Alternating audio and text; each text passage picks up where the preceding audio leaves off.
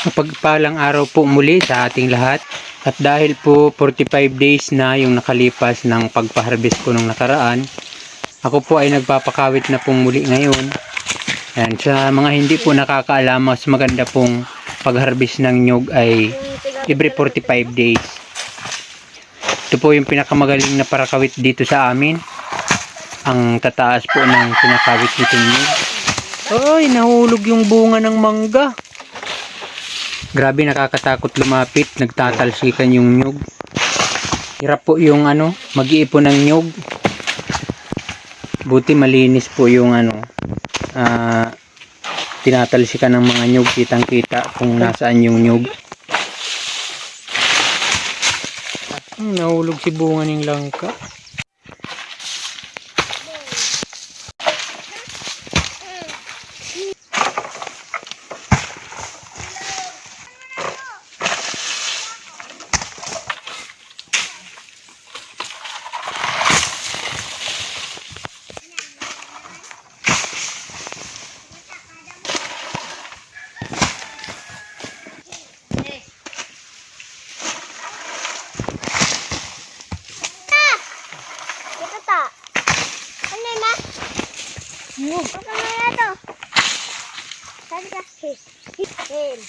Hinhan.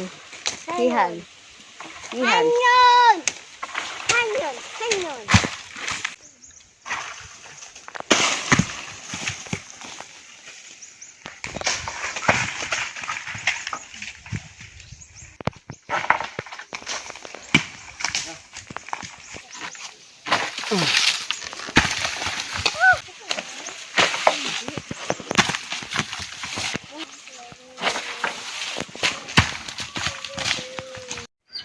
Ito naman po yung mag-iipon ng nyug, maghihila.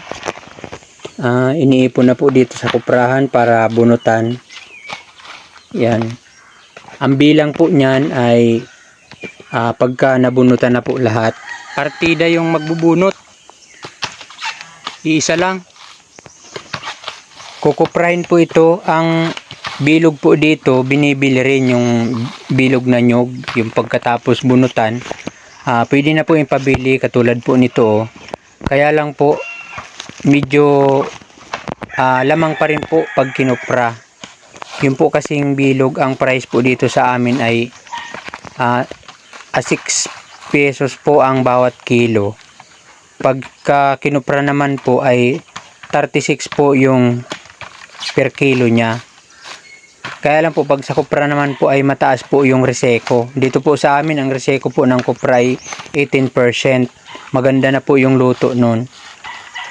Kaya pagka hindi po maganda yung luto, minsan po umabot po ng 20, 19 o nahigit pa po ng 20. Pero mas lamang pa rin po talaga yung kupra. Kaya po ako dito ay lagi pong pinapakupra kasi maganda naman po yung may bao pa. Kasi ginagamit po dito sa pagluto dito sa amin. Maganda rin po kasi panggatong yung uling na bao kasi kaunti lang. Madami mo nang maluluto compare po sa kahoy, sa uling na kahoy. Ito po sa lahat yung pinakamagandang pananim na nyug kasi hindi ka po magagastos, maghihintay ka na lang. Harvest ka na lang po ng harvest, wala ka pong i-apply na fertilizer. Bumubunga lang po sila ng maayos basta malinis po yung nyugan. Compare po sa katulad po sa palay, marami pong gagastusin para magbunga. Ito pong nyug, maghihintay ka na lang at produkto na ulit. Habang naghihintay po, sama-samahan mo na lang ng dasal kasi mahirap po itong tamaan ng bagyo, matagal pong makarecover. Ayan, ubos na yung laman. May hilahin pa po siya. Ito po pala yung paikot ng aming kuprahan. Hindi po nakakalungkot dito kasi marami ka pong matatanaw kahit malayo. Abot-tanaw. Ayan, patapos na. Malapit na po silang magbiak ng nyug. Ito po yung hinihintay ko sa lahat, ang magbiak kasi ang sarap po ng tubo pagka may mga tubo dyan. Pero po ngayon, kakaunti po yung may tubo na nyug kasi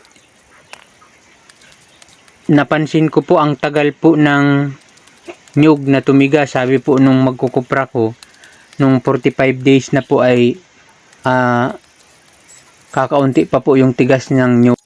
Kaya kung mapapansin nyo po, halos marami pong kulay puti na nyug.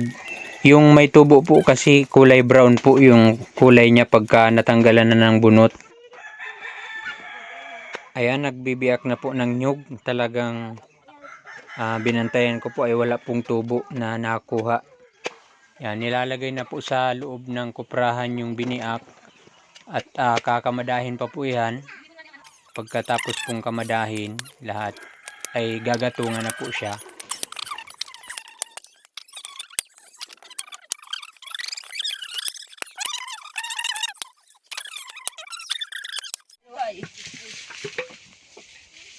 Grabe ka inita ng ano mo po. Ano? Ayan, kinakamada na po yung nyug. Ganyan po yung pagkamada niyan sa mga hindi po nakakaalam. Pagkatapos po niyang kamadahin lahat ay gagatungan na po ng halos 8 oras po yung ginagatungan. Ayan, ginagatungan na po yung nyug. 8 oras po yung gagatungan. Pagkatapos po ng 8 oras ay papalamigin para lukatin. Ganyan po yung trabaho ng pagkukupra. Ayan, binababa na po yung nyug na luto na kasi ang plano daw po nila ay yung nilukat na hilaw pa ay ilalagay na dyan sa pinagtanggalan yan. Pero dapat po linisan muna yun kasi pag hindi po nilinisan yung mga tuyong-tuyo na po na balat ng nyug, yung mga dumi ng nyug na maiiwan dyan, yun po yung magkokos ng sunog pagka yun po ay na talsika ng apoy. Kaya wawalisan pa po yan bago po ilalagay yung hilaw na nilukat na nyug. So ayan na po, yan pong nasa loob na yan ay mga hilaw pa po yan, pero lulutuin pa po yan. Mga 2 hours to 3 hours lang po yan pagbao yung gatong. Ayan po, inabutan na sila ng gabi. Kailangan nilang isako na talaga yung kopra kasi pag hindi pa po nila sinako siya ay maiiwanan po siya ng biyahe kasi po yung jeep dito bukas ng umaga po ay aalis po ng alas 7 ng umaga. Kaya kailangan po na isako na siya kasi hihilahin pa po yan ng kalabaw palabas doon sa kalsada para isakay po doon sa jeep. Yan, talagang madilim na. Yan po ang problema dito sa amin kasi wala pa pong kuryente.